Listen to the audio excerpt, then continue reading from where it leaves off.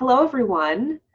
We're just getting started, so we're going to give people just a couple minutes to join us.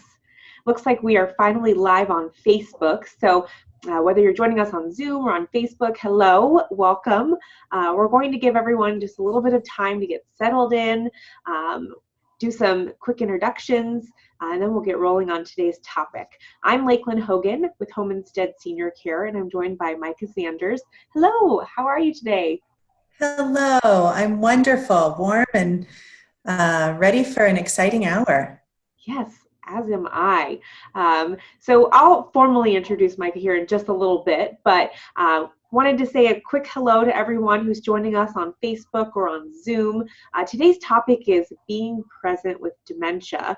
And on our Facebook community, we had asked people, how are you going to be more present and how are you going to live in the moment with your loved one with dementia? So as we're letting everyone get settled, I thought I'd share out some of the answers that we got because we got some really interesting answers that came in.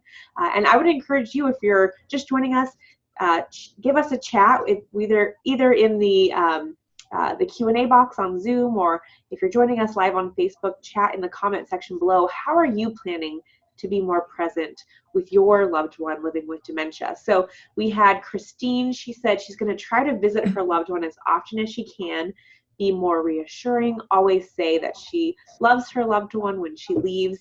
Karen said she's going to provide more reassuring gestures such as hugs, kisses, pats on the arm or leg, along with saying I love you to her husband. Jacqueline says she's going to try to listen more as a way to be present. We have Ramona, who said she's going to try to live in the moment and not correct her loved one so much and not argue with them. And we have Kay, who said that she's going to try to slow down and enjoy the conversations with her loved one, even though that loved one repeats the same stories over and over again. She's going to try to listen like it's the first time and really focus on gratitude for what she has now with her loved one, because she knows with the disease, the progression is going to eventually lead to some decline in her loved ones. So those are a few of the ways our Facebook community has said they're going to be present living with their loved one with dementia. So we'd love to hear how you're going to be more present. And hopefully after today's chat, you'll have a few more ideas and little tips and suggestions on how you can live to be more present with your loved one. But again, we're just getting settled here. If you're joining us, give us a like on Facebook, or let us know where you're coming from. I'm here in Omaha, Nebraska. Micah, where are you joining us from today? I am in Jackson Hole, Wyoming. Oh, fantastic. So we would love to hear where you're coming from, where you're joining us. We asked just a minute ago, how are you going to be present with your loved one living with dementia? And we had Dwayne write in. He said he's going to be present through music and dancing with his loved ones. So what a great way to be present. So we are so excited that you're joining us, no matter where you're joining from. We have Kelly coming from Wisconsin. We have Jewel coming from Abilene, Texas. So this is a nationwide chat. We have Deborah from Alaska. I thought it was cold here in Omaha and snowy today, but I bet Deborah has far more snow and cold weather up there. We have Dwayne from, is it Duncansville, Pennsylvania. I can't say I've heard of that before, but we're so glad that you are all with us and joining today. So now that we've given everyone a little bit of time to get settled, I do want to go over just a couple quick housekeeping items. You're joining us for a live chat on being present with dementia. We are recording this so that you have the opportunity to reference back to it at a later date or forward it on to somebody else. We also have muted your lines if you're on Zoom, so no need to worry about background noise. And then for those on Facebook, we're really excited that you're with us. We want to hear from you no matter how you're joining us, so there'll be opportunities to ask questions in just a little bit. So feel free to chat those questions at us as we go throughout our live chat today. Again, I'm Lakeland Hogan. I'm Home Instead Senior Care's gerontologist and caregiver advocate, and I'm joined by Micah Zanders. And I just am so excited to have her because she's just written a fantastic book. It's called Being Present with Dementia, hence the title for our discussion today. And so we're going to be talking about the challenges of being present with dementia, but really the importance of it. And I just want to tell you a little bit about Micah before we get started. She is a social worker and a nursing home administrator with a special interest in dementia care and quality of life. Over the past 10 years, she's worked with residents, team members, and families in multiple long-term care communities to improve their understanding and communication for those living with dementia.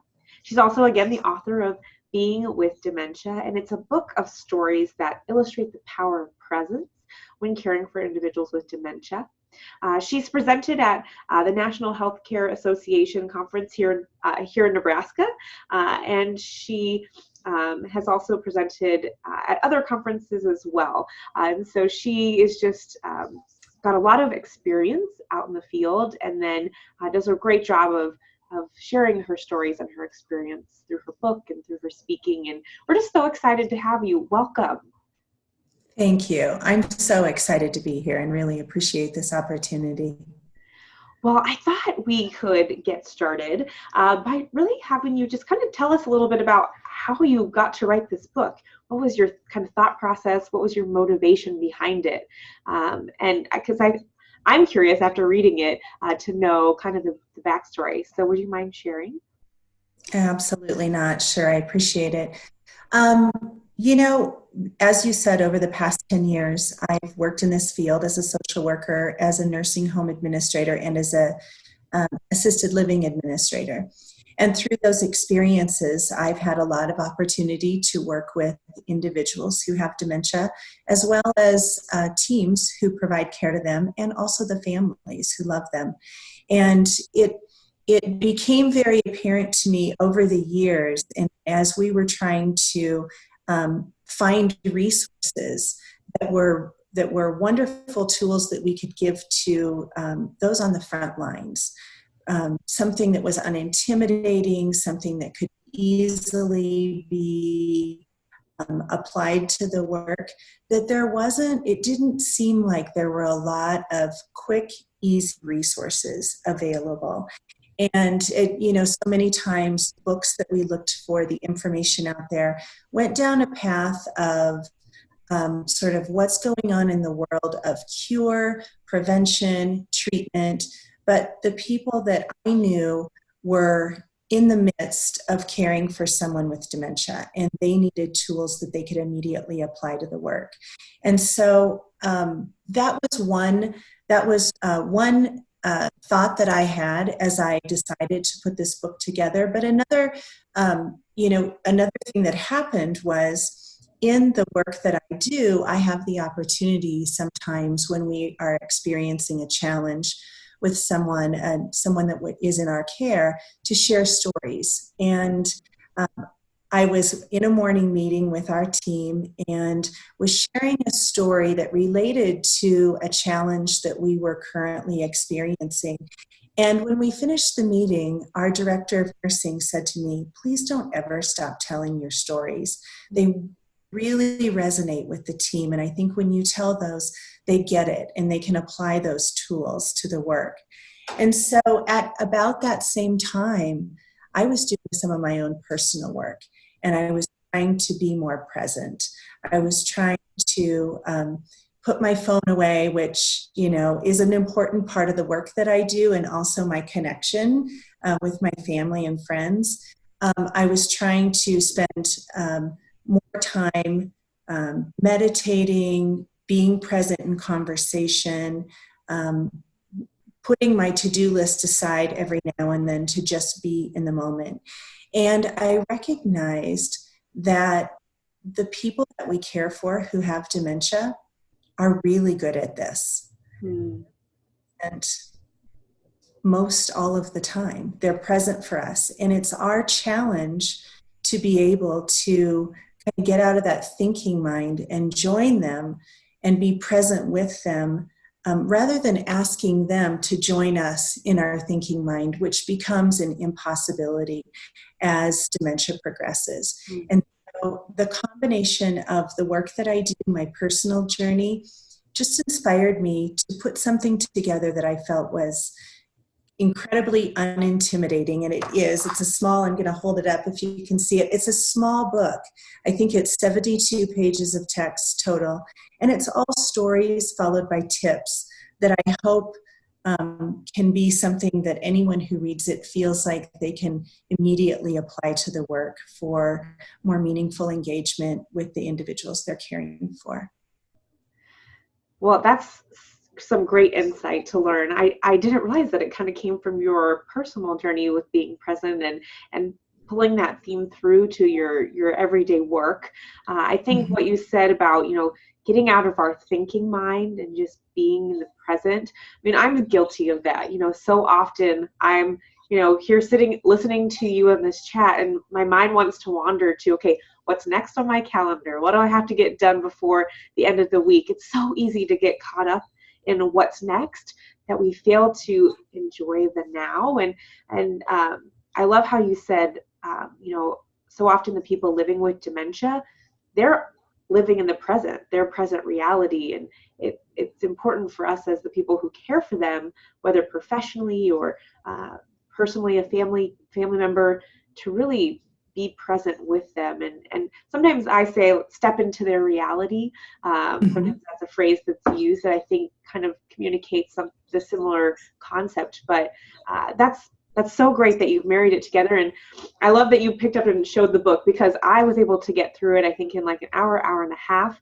And I really took away so many great tips. And it really validated a lot of the things that I've learned along the way in working with people living with dementia, and then gave me some new ideas and new approaches. And so I'm just grateful that you wrote this book. And I think that if you haven't checked it out, we'll put the link to where you can learn more in the comments or in the chat box. But I would love, Micah, for you to share maybe just a couple of the stories or a couple of the themes that you kind of pull out in the book, so that people can get a little taste of being present with dementia, and also so that they can take away those tips back to the work that they're doing or the care that they're providing. Sure, absolutely. Well, one of the stories that probably inspired me to write the book was when I first sort of recognized the power of presence as it relates to caring for individuals who have dementia. And it was the summer of 2017. And here in Jackson, where I had just moved at the time, we were on the direct path of the total solar eclipse that the United States experienced that summer. And Jackson in the summer is beautiful. So people were flocking to the valley because there's a pretty good chance that we were going to have clear skies and we were going to have a full view of the eclipse. And we had a new resident who was here with us, who had just moved to us because she was no longer able to be in her home, had Alzheimer's disease, and was just lovely and enjoying the day. We had a celebration set up in our parking lot out front, which is going to have the best views. And as so many of you know, that as dementia progresses, there are enhanced ability for some of the senses. And her cognition was changing. She was really reading the mood of the day. Was very excited. She was watching people's faces. She was listening to what they had to say. And so I just slipped in close to her as we were sitting and watching and wearing our glasses for the eclipse. And I allowed her to sort of guide how our conversation went. She was connected with the mood. She was connected with the feeling. And while there was a tremendous amount of information that was being offered to us about the eclipse, she had fairly simple questions that I could answer with fairly simple answers. And so just sat and joined her in that moment.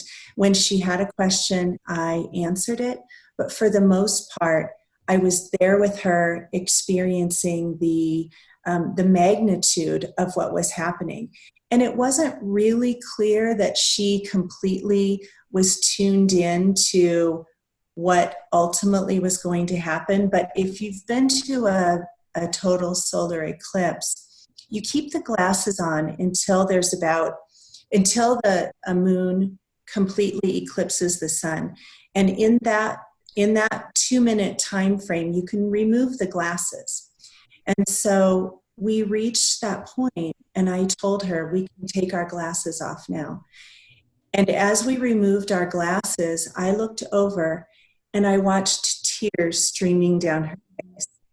And I knew that words were not needed in that moment, that she was completely connected with the magnitude, with the natural world, with the power of what we were experiencing. And it made me weep along with her at the time. But it was just, a total solar eclipse is not something that's really common, but the lesson that I took away from that could be applied to so many other situations where when the ability to process the world the same as you and I can is lost, there are still strengths, and some of those strengths have to do with being able to read the emotion of a situation, and just to be present with that individual gave us both such a wonderful experience. So that was one. Yeah, that's such a beautiful story. I remember reading that, and the way that it was written, you also start to feel that emotion. And again, there's so many times when we're in a moment that is monumental, or sometimes it's just the simple day-to-day moments where we fail to stop and smell the roses, quite literally, or someone that's living with dementia might notice something, as you said, in the environment, and kind of be fully engaged with it. And if we just take a moment to pause and to join them in that, we can make kind of a really special moment happen if we're just kind of just present. Again, it all goes back to stopping the hustle and bustle, the busyness, and taking time to really just be. And sometimes it doesn't have to be a conversation. It can be those nonverbal moments, or it can be just sitting side by side and an arm around the shoulder, or a holding of hands. Right. And that can say just as much as words in so many scenarios. So gosh, that's such a good story. Do you have another one that you would like to share with us? Sure. Another story that I think is powerful, because so many people may have experienced something like this with the individuals that they care for. When I was consulting, I was called by one of our communities concerned about one of the residents who was in the memory care area. And they said, they were having a hard time engaging her in any type of what they would consider meaningful activity, because she was a wanderer. Mm. And she was even doing some intrusive wandering. And I asked some questions. I wanted to learn as much as I could about her. And then I visited the community. And a couple things that I think are important to note as it relates to the thinking mind versus being. The thinking mind is where we form judgments. And sometimes when we put a label on somebody with the best of intentions, we're trying to do our work, we're trying to understand how to care for someone in the home or in a long-term care community, wherever the case may be. It's easy sometimes to make a judgment about a behavioral expression we're seeing. And my concern about that is it can give us a sense of helplessness or an excuse that sort of relinquishes us of our responsibilities. Mm-hmm. And one of the things that I worked with this team on is that wandering is walking, and walking is a remaining strength. So many people at the end of life or as they're aging lose that ability to walk with or without dementia. And if for an individual who still has that ability, that's a strength, and we can tie into that and see if we can create some kind of moments of meaning with that strength. So I visited the community and I saw this resident, and she was walking in the halls, and I had learned a few things about her. So as I had said before, it's easy to read emotion. It's easy to read faces.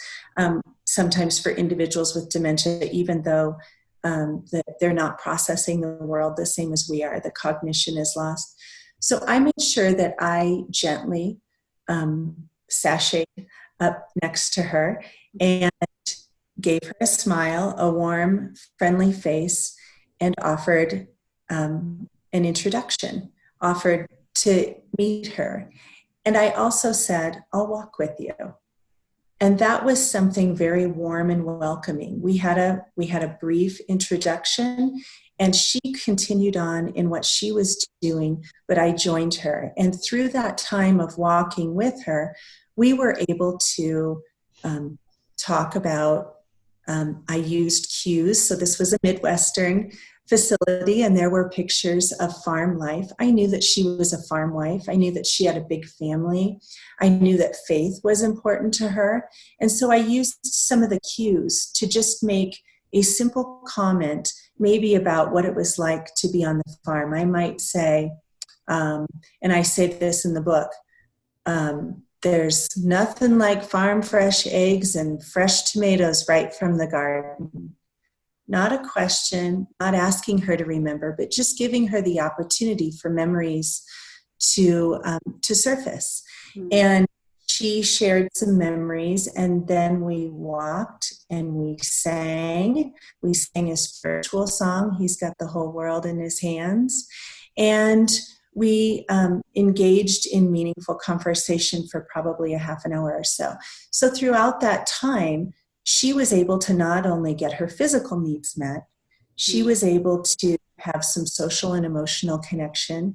She was able to use some intellectual skills in remembering, trying to, thinking about the farm. And we sang a spiritual song. So there was a lot that happened in that time that she got some of her needs met. And I felt like then she was at a place where I was able to offer her a cup of coffee, and we could sit and we could engage in conversation at the table. So there's so many opportunities to meet the individual where they are and to provide engagement that's meaningful if we can get out of the thinking mind and labeling and judging, and instead say, what's going on for this individual? Are they walking because they're searching for comfort? They're searching for purpose. They're searching for familiarity. Or is this just a physical need to exert some energy, and can I join them in that and enhance the opportunity for them? That's one of my favorites. I did really like that story, and I love the way that you just talked about those themes, those tips that you took away from the story of one of the ones I liked a lot was that you offered up a piece of information. You didn't ask a question. I think so much of the human experience is asking questions, getting a response.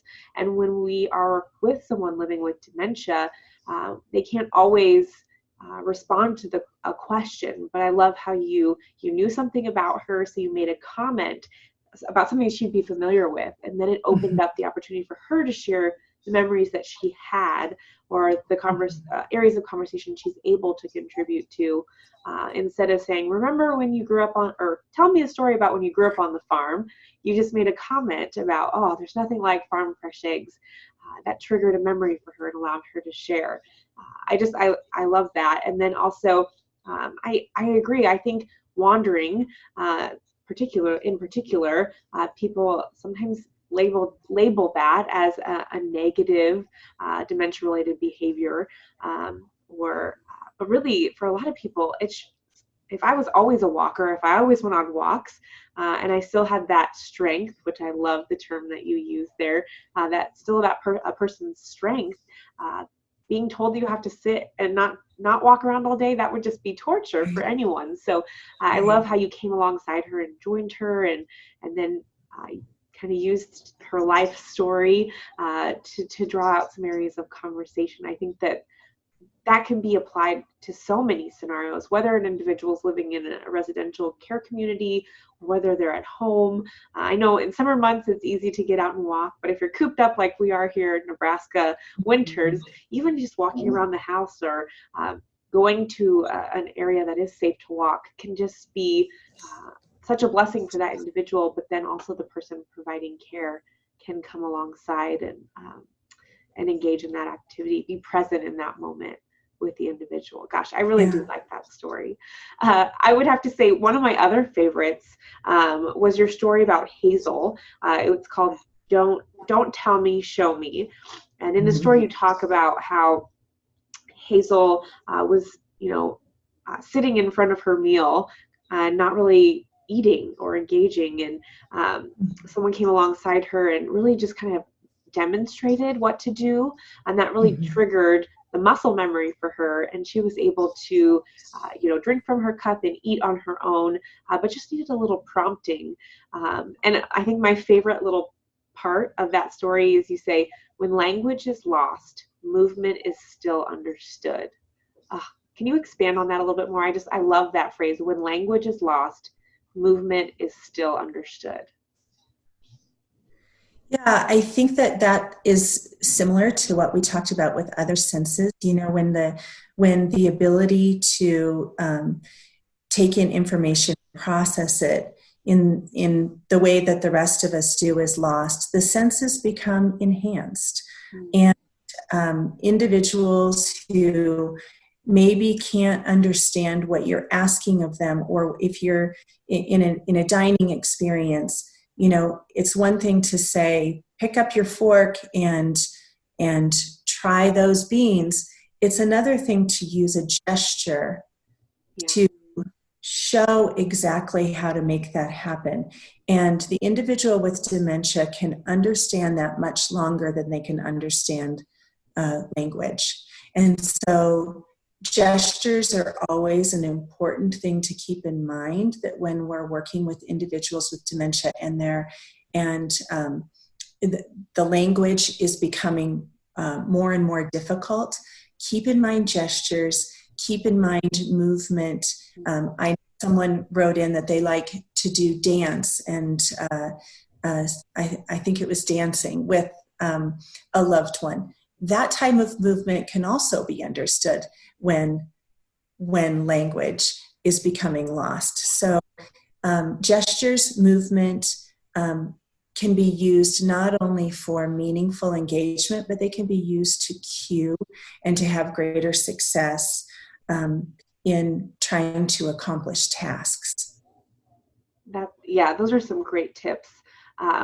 Gosh, there's so many more stories, and I would love, of course, to talk about each and every one, but we only have so much time, and I do want to get to questions in just a moment. And while we're going to talk about one more quick thing before we open it up for questions, but I do want to let everyone know that you can start thinking of your questions now and chatting them in the comments box or the Q&A box on Zoom. Or if you're on Facebook, you can type your questions into the comment section below for us to answer in just a moment. But I think all of these stories are so great to offer up, tips and various approaches to being more present with dementia. But I know also that, Micah, you're really passionate about self-care for both, family caregivers and professionals in the dementia care kind of space. Can you talk to that a little bit? Because I think that's something I try to bring up on these chats as often as possible, because,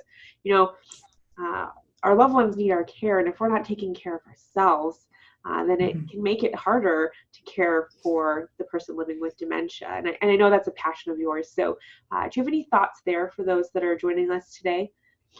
Sure. I do think, I am not a caregiver in the home. I don't have a family member I'm caring for who has Alzheimer's or some other um, disease process that causes dementia. But I am a big fan of self-care, and I recognize it in my work that if I'm not caring for myself, I'm not going to be present enough for my team members to be a good leader to them. And that's a constant journey that not only requires, awareness and practice and adjustment, but if we don't have that balance in our lives, then we might have to reach out and ask for help as well. We might have to reach out and ask people who can help support us, because caregiving is very difficult. And to be present, if we haven't had sleep, if we're not taking care of our bodies in healthy ways, if we don't feel like we have a good support system, if we're maybe not dealing with the grief of the loss that's happening before our eyes, then being present becomes almost an impossibility, I think. And so we have to challenge each other. I have to challenge my team members. They have to challenge me to keep a balance in our lives. And I think if you're on the front lines caring for someone in your home or in a care community, that challenge is even greater and requires more of our attention, and it's worth it. And we're worth it. We're worth it. We matter enough to give that to ourselves.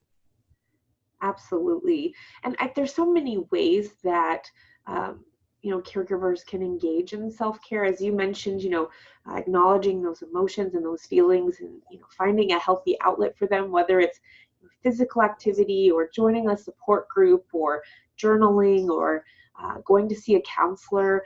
Those are all things that can be so helpful to family caregivers. And then there's also so many great pieces of information out there. Not your book, of course, is a great short read with really great information.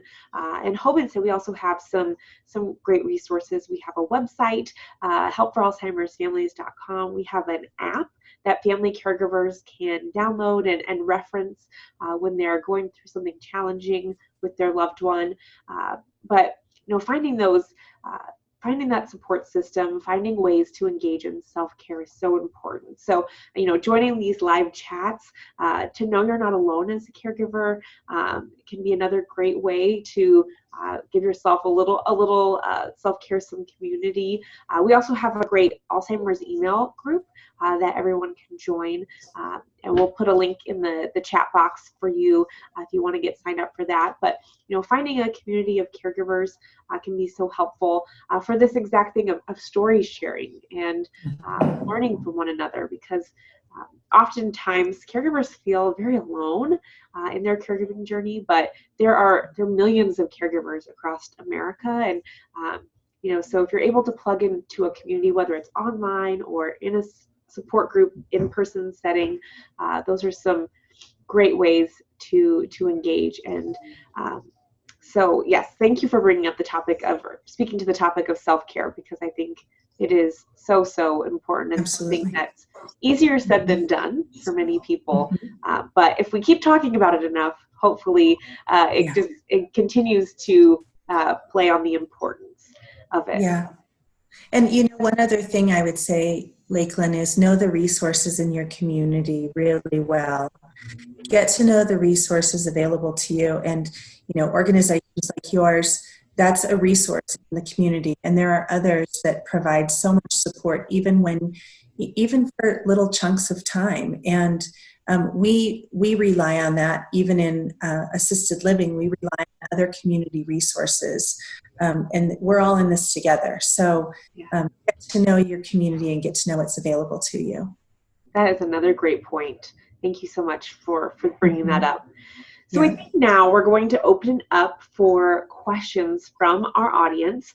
We have a few coming in, so if you have a question, please put it in the chat box or the Q&A box on Zoom. Or if you're joining live from Facebook, you can chat your question in the comments box below. We're going to get to as many of them as we can, and hopefully all of these questions will be helpful to everyone. I think we can take something from each question. Mm-hmm. We did have a question come in ahead of time, so we'll get started with that so everyone has a few minutes to think of their question.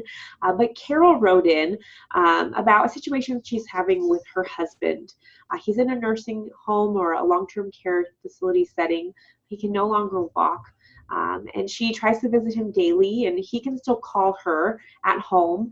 And every time they talk, he asks to go home. He thinks that she's going to send a van and it's going to take him home. And I know that this is a really challenging scenario, and it's very common. Individuals living with dementia, whether they're in a resident, like a home setting, or in a care facility, they can ask to go home and ask that question frequently. And it can be a hard one to answer. It can be really challenging to address that question, especially if it's asked over and over.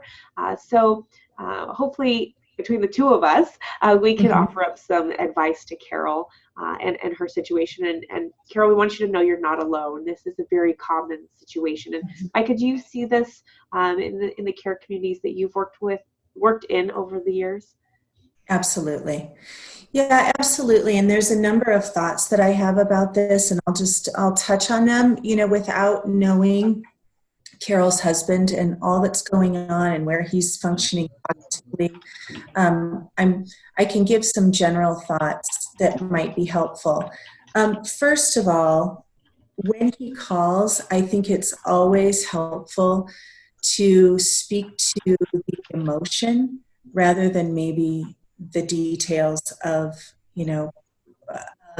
the decision that was made, or to answer maybe in the negative or anything like that. Tie into the emotion. So what I mean by that is, if he's calling home and wanting to know about going home, maybe he's asking for something that is not necessarily a physical space, but is a feeling.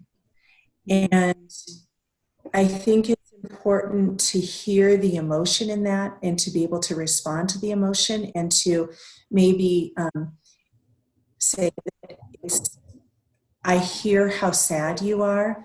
I'm sad too. I'm going to come see you and we can talk about this more. We can, you might say, as soon as the snow melts, we're going to get you home for some visits, which she had mentioned that maybe there was that possibility in the springtime. So I think it's always okay to, maybe let someone know what the plan is, that, once the snow melts, we are going to do that, because it provides comfort. It provides assurances to someone who's clearly feeling a lack of safety, comfort, whatever that means for him. Familiarity is also really important, as I mentioned before. So how much does where he lives remind him of home? What kinds of things are there that remind him that this is his space? Familiar objects, and also familiar rituals. I mentioned before that home is not just a physical space, it's a feeling. So my thought is, are there things that when she does go to visit, she can do with him that feel more like home?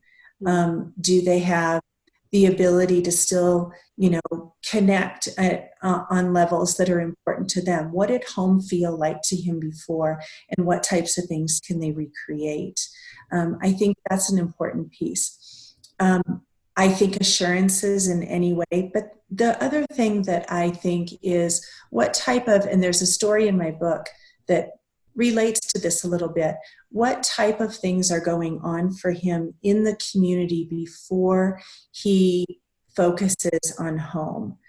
Is he engaged enough? Is there enough to do? Is there enough purpose? Is there enough sense of love and belonging? Can you work with the team to see if we can do some prevention, depending on where he is in his disease process? I think that's another important piece to mention. And I have even used grief counselors with individuals who are quite a ways along in their dementia process, not because they necessarily will cognitively retain the information, which we know they won't, but because it's a healthy outlet and they can still do help with setting the mood. We want to set people up to feel good, to feel safe and secure and loved and a sense of belonging. And having the ability to talk about how he's feeling is still important far into the process of dementia and the decline that goes along with that. What are your thoughts? Those were some great tips, and I would echo, all of it. I was going to say some very similar things. So yeah, I think that home is, as you mentioned, a feeling, and even if you're in a home setting, the individual living with dementia, their present time or their time frame might be back when they lived in their childhood home. So the surrounding that they're in might seem unfamiliar to them, even though maybe they have lived there for 10, 15 years. So some of those same themes can be applied in the home setting as well, I would say.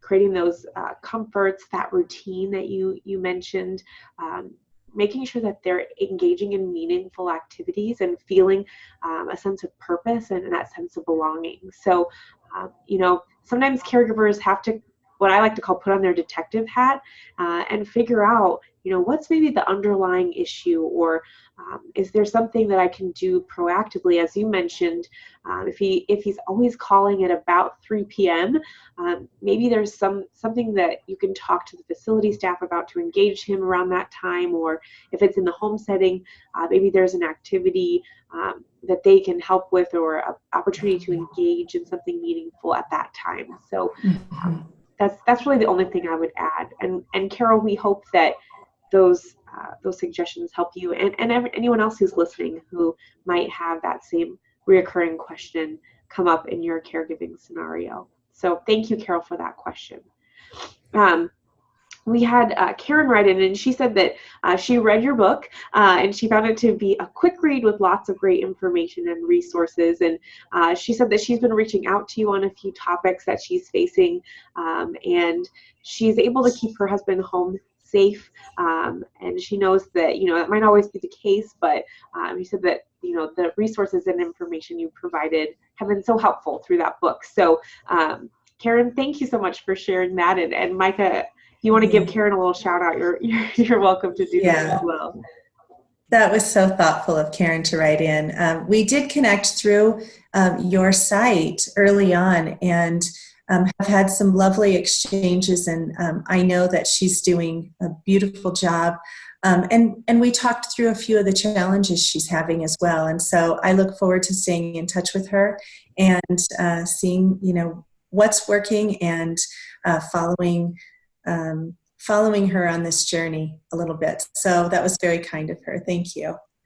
Yes, and caregiving is a journey, as we talked about. There's some good days and some bad days, or challenging days, I should say.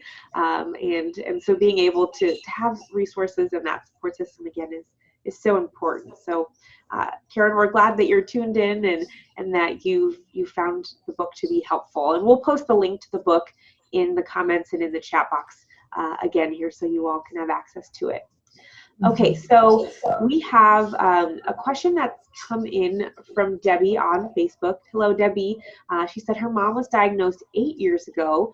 She's recently commenting on her memory failure, although she's noticed it for years. Her mom's starting to really take notice, and she feels like she's going crazy. She says that they never really bring up Alzheimer's, because they don't like to remind her.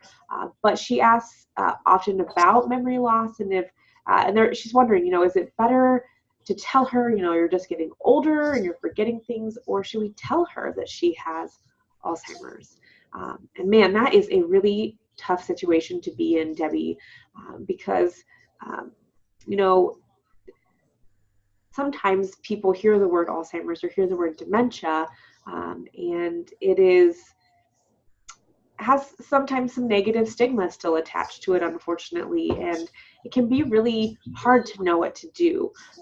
And I think that Debbie's probably not alone in this. I'm sure every family has had to face this, or a lot of families have had to come across a similar situation. So do you have any initial thoughts for Debbie on her scenario with her mom? Well, one of my initial thoughts is that I think sometimes, and I've said this many times, I think the stage that her mom is in is sometimes the hardest to watch because of the awareness that they can't trust their mind as they had before. And it does create so much fear and anxiety for individuals who are tuned in enough to the changes that are happening with them. So I'm very sensitive to that and very compassionate about it. And one thing that I have seen be helpful, and I mentioned this in a couple earlier conversations or earlier stories, is providing comfort. Now, you may find a time, Debbie, that it makes sense to share that there's something going on, but I would tend to want to provide reassurance that, it's sometimes hard when we feel like we're not keeping track of everything like we used to, but we're in this together. We're going to help you. That's what we're here for. And we're going to provide the support you need. And we're going to get through this. It's going to be okay. Anything that provides assurance and says, you don't have to do this alone. You don't have to carry this burden without going into the detail of a disease process, I think is a good first start. And with all things, each individual is unique, and you have to just try some different approaches and see what provides the best comfort for her. That's such great advice. And it's hard because we don't know all of Debbie's background. Right. But I would also say, if she hasn't had any sort of consultation with a physician about her memory issues, you could offer that up to her mom as, an option. If that's really concerning to you, maybe we should bring it up to the doctor and see what's going on. Because sometimes, if there's not already a diagnosis of dementia, it could be that the cognitive issues are caused by something else. There is a chance that maybe she's on a couple of medications that's causing cognitive issues. So I think it's also an opportunity to have a conversation with the physician if it hasn't happened already. But I love your suggestions about being supportive, and I would also add, if she is feeling like she's kind of losing her mind or going crazy, as you stated, Debbie, maybe you help her figure out little strategies to stay organized, or figure out how to create more of that routine so she knows what to expect throughout her day. Again, providing that comfort that Mike had mentioned. So, Debbie, we hope that is helpful to you, and we hope that you'll continue to keep us updated and join these chats and let us know how it's going. We do have another question that came in from Carol. She's asking, my mom passed away with Alzheimer's 18 years ago. So sorry to hear that, Carol. And her older sister has it. And she's been in a care facility for about 6 years now. And so she's asking, what are her chances of getting Alzheimer's or another type of dementia? And Carol, my heart goes out to you. I've had many caregivers ask, my loved ones have had Alzheimer's or another form of dementia. Will I get it? And that's something that's a common question that people have if they're caring for a loved one with Alzheimer's or another type of dementia. I have a few thoughts on this, but Micah, do you have any initial thoughts for Carol as well? I'm gonna let you take this one. I think we're probably gonna say some of the same things. Direction. So why don't you start with this one? I'd be happy to. So Carol, we know from the great work that's been done by researchers in the Alzheimer's and dementia space that family history can increase a person's risk of Alzheimer's or dementia, another type of dementia, but it does not guarantee that the person, oop, my light just went off. I apologize, everyone. It does not guarantee that an individual will get Alzheimer's or another type of dementia. So we know that the biggest risk factor for Alzheimer's or another type of dementia is age, so that can increase your risk. The family history piece can increase your risk, but does not guarantee that you'll get dementia. And then there's a genetic component. There is a gene that, again, can increase your risk. There's another gene that's very rare. That means that you could has a very high chance of developing dementia.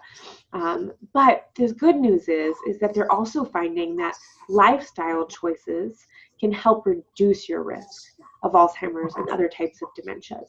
So there's some great research out there, some great resources, diet, exercise, keeping your brain stimulated and engaged can help reduce your risk. So Carol, I would talk to your physician about your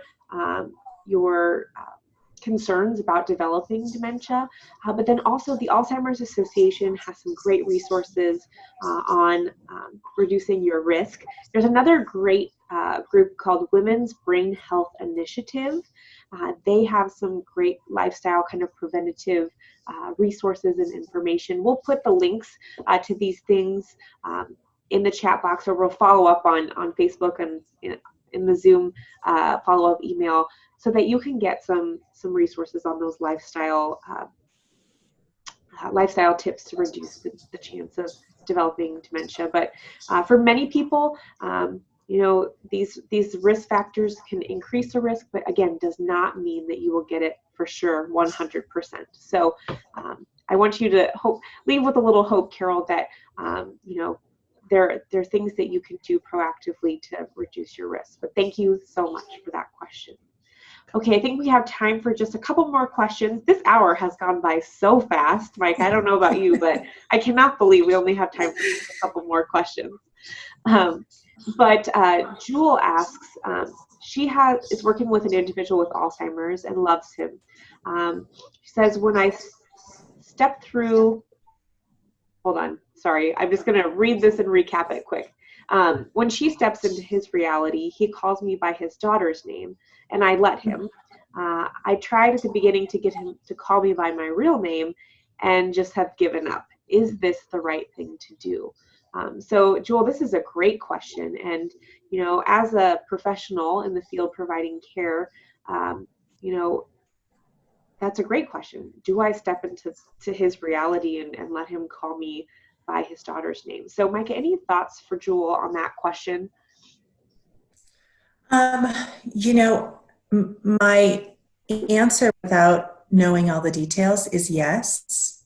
I think unless there's something about the interaction that doesn't feel healthy, related to him feeling that you're the daughter, it's relatively insignificant, and especially if he has warm feelings about the daughter being with him. If that enhances his day, then I tend to not worry about the details or that's again in the thinking mind.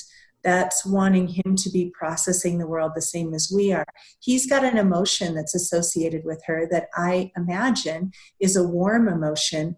And if he feels that his daughter is there with him and that enhances his day, his experience, then why would we ever interrupt that? That's my initial thought. How about you, Lakeland? Yeah, I was going to say something very similar. So I think that you answered that question beautifully. And Jewel, thank you for the work that you do and for providing that comfort. It's not always easy to let somebody call you by a different name, but I think, again, that just speaks to the kind of being present and being in the moment, and and it probably creates that feeling of comfort and familiarity. So I would echo your sentiments there. And then we have one more question that kind of builds on the question we had from Debbie about her mom noticing issues with her cognition. I'm thinking she's kind of going crazy in Debbie's words. So Allison says, to build on that, I have a family member who is aware of her memory issues, but is fiercely independent. And by saying, Mom will help you get through this, it doesn't really help. It's not really comforting to her mom. So do we have any thoughts on, somebody who maybe isn't open to those offerings of comfort and support? What can this family do? What can Allison and her family do in her scenario? And that's really a really tough situation to be in, Allison. And you're not alone. I've heard this, oftentimes the individuals in denial, they're fiercely independent, they don't want any help and assistance, and that can be a hard spot for families to be in. They want to help, but their loved one's not receptive to it. So, Mike, did you have any thoughts for Allison and her family? Like you, I've seen this as well, and I think it's incredibly challenging. One thought that I have is that, when someone has been in a role in a family that is, a leadership role, the mother in the family, and has had, has been a decision maker, and one that others have relied on, then to lose that ability is a scary time for the individual. And I think in all circumstances, we have to think about how can we help this person sort of save face in these situations. And so it may not be family who are best to have the conversation with someone if you're afraid that she's in an unsafe situation, if there are additional resources that are needed. Who else could maybe have an influence on that individual, from a close friend to a member of the clergy? Who is the support network for that individual, and can you rely on them to help with some of these more challenging circumstances? Because again, I think we always want to help the individual, maintain their privacy and their independence and their feelings of worthiness as long as we possibly can. Absolutely. I would add to that list also her physician. That might be, another person that could come alongside and offer some suggestions, or the nurse or the social worker, or the Alzheimer's Association. I know that they have care consultation type services available. That might be another kind of third party that you can bring to the conversation, and hopefully help talk through. And I would also say it might be important to ask what her goals are.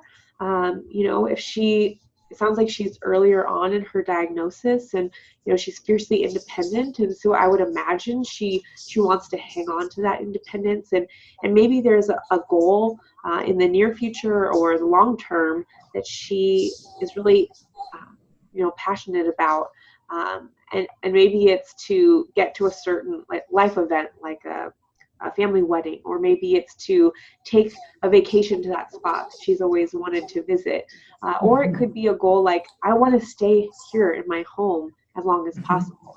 That might be a way to approach the conversation that still keeps her in charge, and then you can come along and say, okay, we want to help you reach those goals. Let's research some support and some options to help get you there. So again, not knowing all of the story, hopefully both of those approaches could be helpful. Again, when you are faced with the diagnosis of Alzheimer's and you're living with Alzheimer's or cognitive impairment, you tend to lose that independence, and that can be, again, a scary time. And that's actually a great segue into next month's chat, because we will be talking with a woman who's living with dementia, Cynthia Hummel. She is living with dementia, and she's going to join us on a live chat. She's an incredible individual who is living with hope, and has really taken, the title of our chat's going to be Moving from Why Me to What's Next. So she really has a unique perspective on her diagnosis and is helping as many people as she can who have been newly diagnosed figure out what that means for them. So I hope that you'll join us. That'll be on February 20th, and we'll be posting all the information on our website and on Facebook. So that chat, I'm really looking forward to it, talking more with Cynthia about living with dementia. But I have so enjoyed this chat, Micah. Thank you so much for joining me, for sharing more about your book, Being Present with Dementia. Everyone should check it out. It's a great resource, and for sharing your stories and your experience. What just a blessing to this Alzheimer's live chat community. And I just thank you so much for your time. Thank you so much. It's been an honor. All right, everyone. Well, we hope that you have a great rest of your day, and we look forward to joining you again in February with Cynthia at our next live chat. But until then, everyone take good care and have a great rest of the day. See you next time. Bye.